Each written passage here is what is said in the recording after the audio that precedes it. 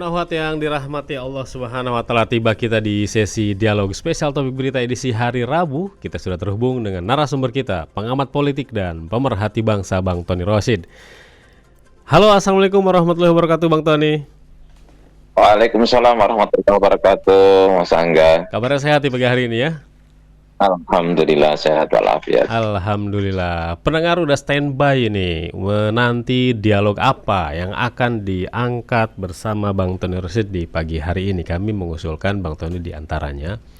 Ini ketika Pilkada 2024 menjadi ekspresi ketidakpuasan publik, bahkan dikatakan terjadi anomali dan absurd ini ketika kemenangan kotak kosong di Pilkada. Lebih khusus lagi, begitu rendahnya partisipasi publik pada Pilkada 2024 di Jakarta. Bahkan sepanjang sejarah Pilkada di Jakarta itu paling rendah karena partisipasi publik ya. Bahkan secara umum gitu ya, dilihat bagaimana masyarakat itu seperti tidak percaya gitu ya, atau tidak merasa penting dengan Pilkada yang terjadi di tahun ini. Mungkin analisa dari Bang Tony nanti apa yang bisa memberikan pencerahan kepada kita.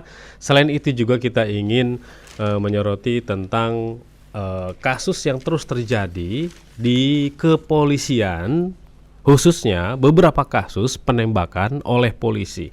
Di 2024, Media Indonesia saja ini sudah merilis satu data yang bersumber dari Litbang Media Indonesia dan Polri. Banyak kasus yang terjadi polisi tembak polisi, belum lagi polisi tembak warga. Saya teringat ketika pernah dibahas gitu ya oleh salah satu tokoh bagaimana tingkat pendidikan polisi dalam hal etika, lalu juga penanganan mental ini menurun katanya di Indonesia dalam 10 tahun terakhir ini. Bagaimana Bang Tony menyoroti hal itu? Ini dua hal dulu nih Bang Tony ya. Kita pertama ke Pilkada dulu. Bagaimana Bang Tony?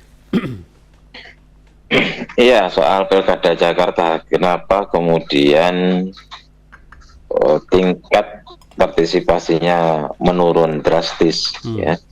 Ya sebenarnya karena faktor utamanya adalah intervensi dari pihak-pihak yang memiliki kekuatan untuk melakukan intervensi itu.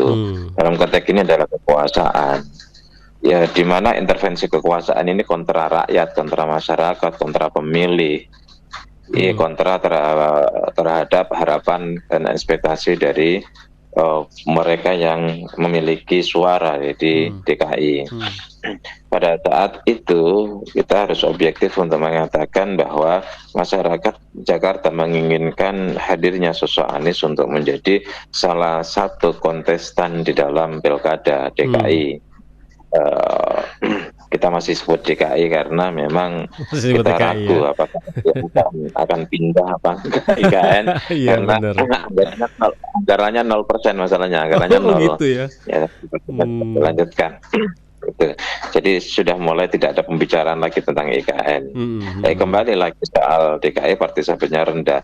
Ini merupakan sebuah protes kolosal yang dilakukan oleh para pemilih DKI untuk tidak ikut berpartisipasi. Apa pemilu kayak begini, gitu kan? Ya, pada akhirnya memang partisipasi sampai 46% yang tidak ikut di dalam Pilkada. Ini dahsyat sekali, merupakan juga sebuah protes yang amat sangat kuat kepada para elit politik untuk tidak lagi-lagi melakukan sebuah intervensi di dalam kontestasi atau pesta demokrasi rakyat. Kalau demokrasi itu kan dari rakyat, oleh rakyat, untuk rakyat. Kalau diintervensi tidak dari rakyat lagi, tidak untuk rakyat lagi. Ada semacam proses sabotase, ya, pengambilan hak rakyat, ya, kegembiraan rakyat, pesta rakyat, kebahagiaan rakyat, kesenangan rakyat, hiburan rakyat oleh elit kekuasaan. Inilah yang kemudian melakukan protes sangat kuat melalui sebuah atau menurunnya tingkat partisipasi rakyat di dalam pilkada itu. pada saat itu kan memang Pak Jokowi yang jadi presiden, berupaya bagaimana Anies ini tidak mencalonkan diri atau tidak bisa mencalonkan diri, sehingga partai-partai pengusung dipretelin, mulai dari Nasdem ya dengan tekanan hukum yang luar biasa, PKB terancam ya, di dalam muktamarnya ketumnya itu bisa tergantikan. Kalau PKS nggak usah diancam, menawarkan diri gitu. Ancam aku dong, kira-kira gitulah. Ya hadiah itu kan. Dan itu kan secara vulgar disampaikan di forum. Bang Tasko, tolong jangan ajak PKB sama Nasdem dong, ajak-ajak kami juga dong, gitu kan. Ya, tetapi itu semua menjadi sebuah pilihan politik PKS, dan pada akhirnya PKS saat ini sudah merasakan efeknya di pilihan itu. Coba kita bayangkan, kan, di PKS itu menjadi partai pemenang di DKI, mencalonkannya wakil, itu pun kalah, kan. Ya, DKI ini sudah mulai tanda tangan. Artinya apa? Prabowo dari awal menegaskan tidak ikut. Ya, kalau saya dapat cerita sebenarnya Prabowo itu memberikan karpet merah kepada Anies untuk tetap ikut kontestasi, bukan soal Aniesnya, tetapi Prabowo tidak mau ikut campur soal kontestasi di DKI. Kalau toh memang Anies ingin kandidat, silakan, sok gitu. Tapi saat itu kan Prabowo belum menjadi penguasa. Iya. Ya, jadi yang penguasanya adalah Pak Jokowi, memberikan Pak Jokowi ngotot, Prabowo akhirnya ya gimana lagi, nggak bisa berbuat apa-apa. Otoritas kekuasaan pada saat pendaftaran itu dipegang oleh Pak Jokowi yang sangat tidak menginginkan Anies, karena Anies dianggap sebagai sebuah ancaman, selain karena histori di mana Pak Jokowi pernah dikalahkan oleh Anies di 2017. Ya, terus kemudian Anies, maksudnya Jokowi dikalahkan oleh Anies di 2017 dalam pilkada, dengan tokohnya Ahok yang dimajukan. Kemudian balik 2024 Februari soal pilpres, ya, Prabowo akhirnya ketika Jokowi berupaya untuk menjegal Anies, gagal. Anies menang 2 kali di situ bisa nyapres, tetapi ketika nyapres Anies kalah dengan Jokowi, meskipun kalahnya dengan Pak Prabowo, tetapi sesungguhnya di balik itu ada Pak Jokowi. Terus kemudian pada saat mau pilgub, ya, Pak Jokowi lagi-lagi mampu mengalahkan Anies. Terus kemudian di pilgub kemarin Anies yang kemudian mengakhiri dengan kemenangan. Jadi ini 3-2 ini. 3-2 nih. 3-2. Jadi Anies di Pilkada DKI 2017 menang atas Jokowi, kemudian pada saat mencalonkan diri ke Pilpres Anies berhasil tetap sampai Hasan Hasbi memberikan berani taruhan dengan Pil Alphard kalau Anies bisa nyalon. Anies pun bisa nyalon 2 kali, Anies menang atas 2-0 lah. Tetapi ketika Anies nyapres, Anies dikalahkan oleh Pak Jokowi. Kemudian ketika Anies mau pilgub di DKI 2024 dikalahkan lagi oleh Pak Jokowi. Pada saat pilgub terakhir Anies Pak Jokowi memberikan dukungan kepada Ridwan Kamil secara terbuka, bahkan dengan logisnya Anies melawannya, ya, melalui dukungan kepada Pram, Anies yang menang. Dalam konteks ini ketika Anies menangkan, baru kemarin itu saksi-saksi tanda tangan. Itu apa artinya? Dalam sidang kabinet Prabowo bilang, sudah kalah aja, gitu loh. Yang kalah nerima.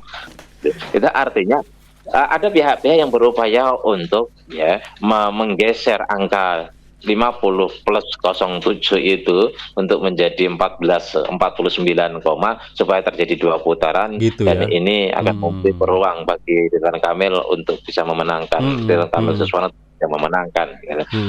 Tetapi tangan Prabowo inilah memberikan sebuah ketegasan.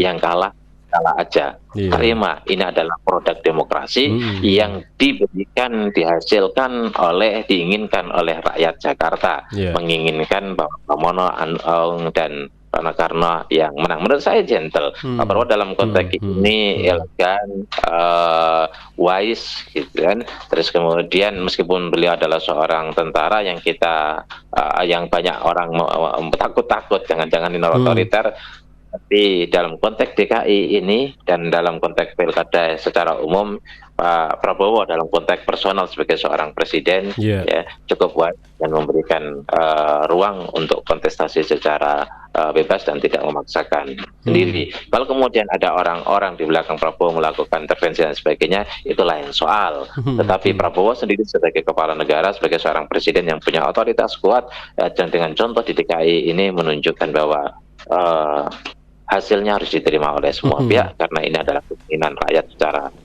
bersama. Apakah kemudian ini juga menjadi sebuah petunjuk bahwa Prabowo dalam sebuah proses tidak selalu dalam tanda kutip ya, tidak selalu sejalan dengan mantan presiden atau presiden Pak Jokowi, kan?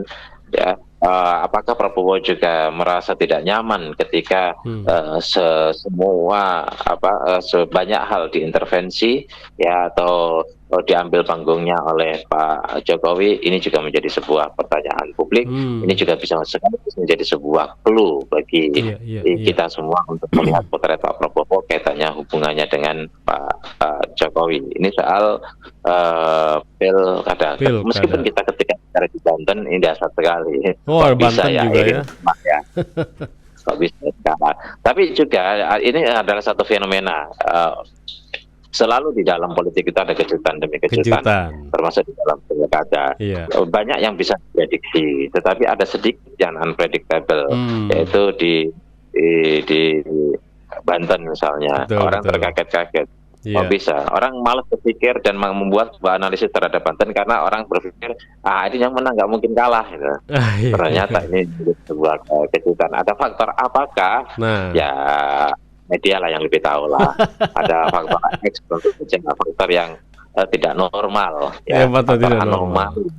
Bukan faktor anomali yang ada di dalam kontestasi pilkada di Banten. Kemudian yang buat kejutan lagi itu adalah di Depok, gitu kan?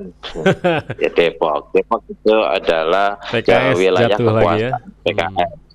PKS itu dari Norma Murti dulu, ya didampingi calon wakil wali kotanya orang luar. Ketika masuk periode kedua, kontestasinya maka calon wali kotanya PKS, calon wakil wali kotanya PKS, sehingga nanti ketika selesai maka calon wakil ini yang kemudian menjadi calon wali kota. Jadi itulah kemudian Imam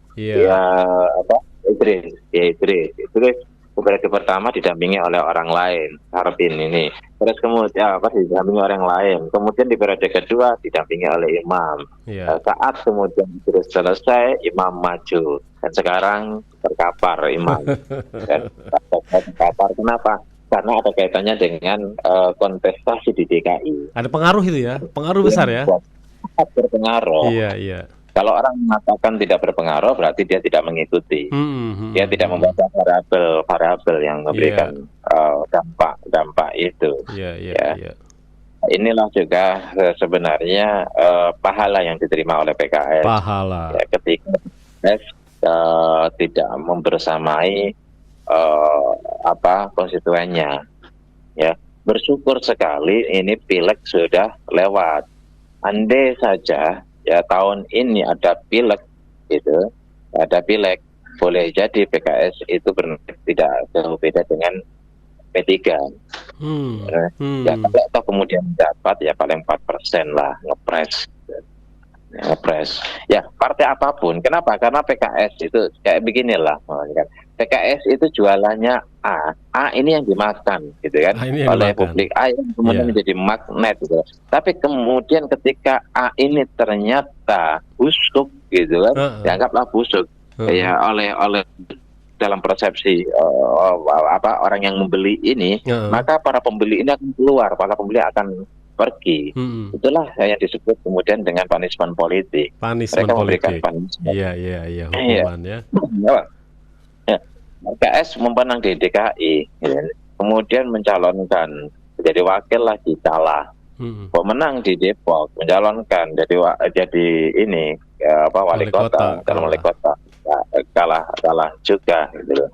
Ya intinya dari semua partai jualan Anda apa, jagalah jualan itu. Intinya itu.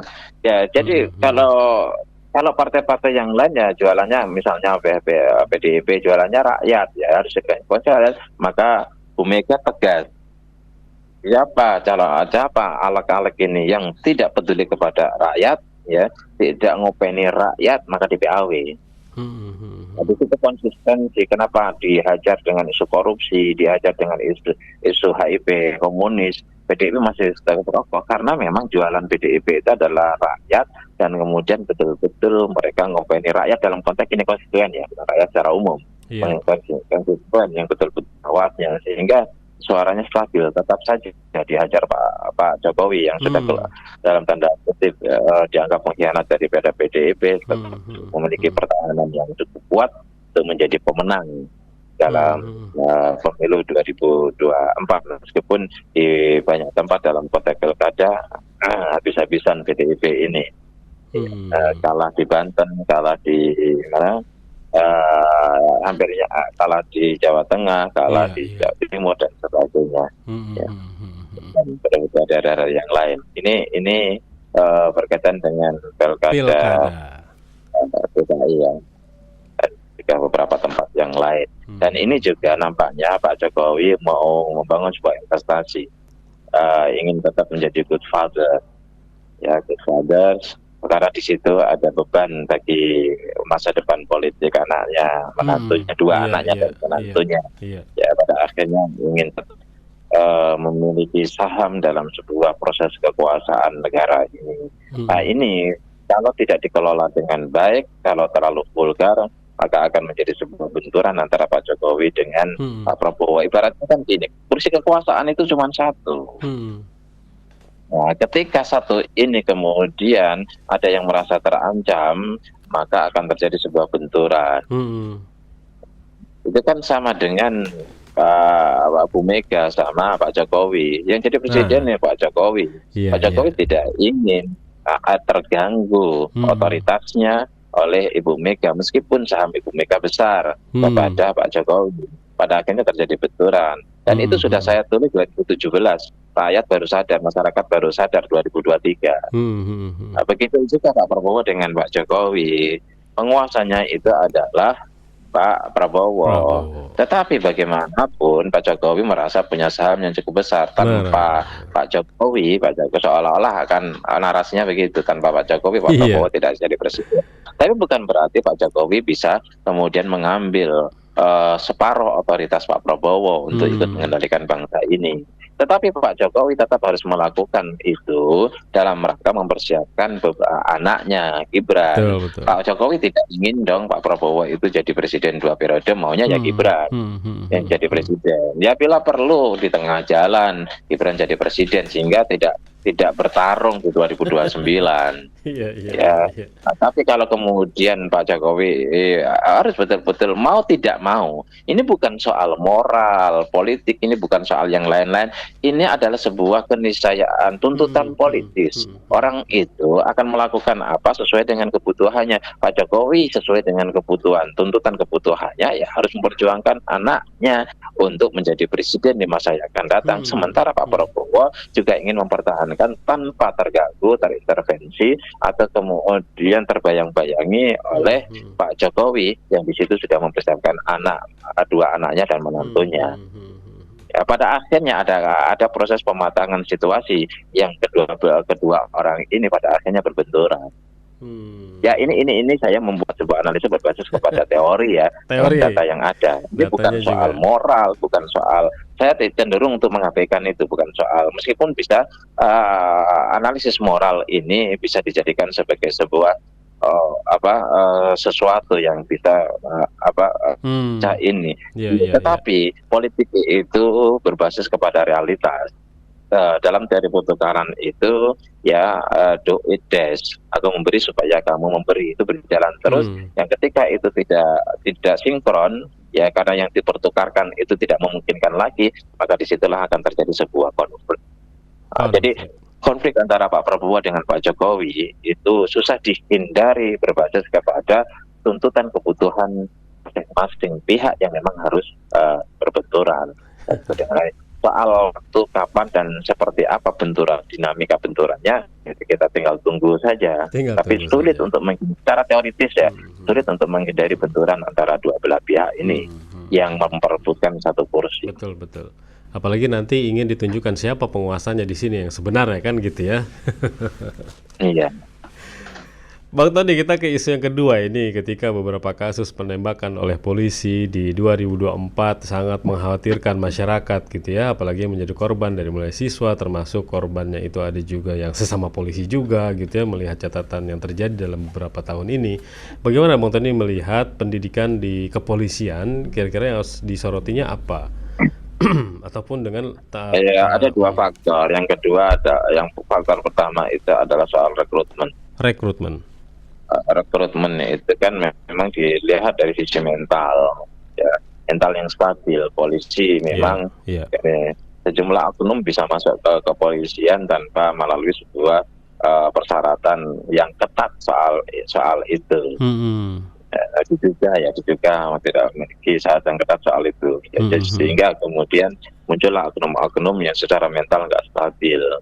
Pada akhirnya terjadilah kasus-kasus seperti itu, penembakan polisi terhadap polisi, penembakan polisi terhadap keluarganya, terhadap anaknya, terhadap anak sekolah dan sebagainya, terhadap warga, terhadap rakyat ya. Ini soal mental, stabilitas mental. Memang polisi karena ini adalah sebuah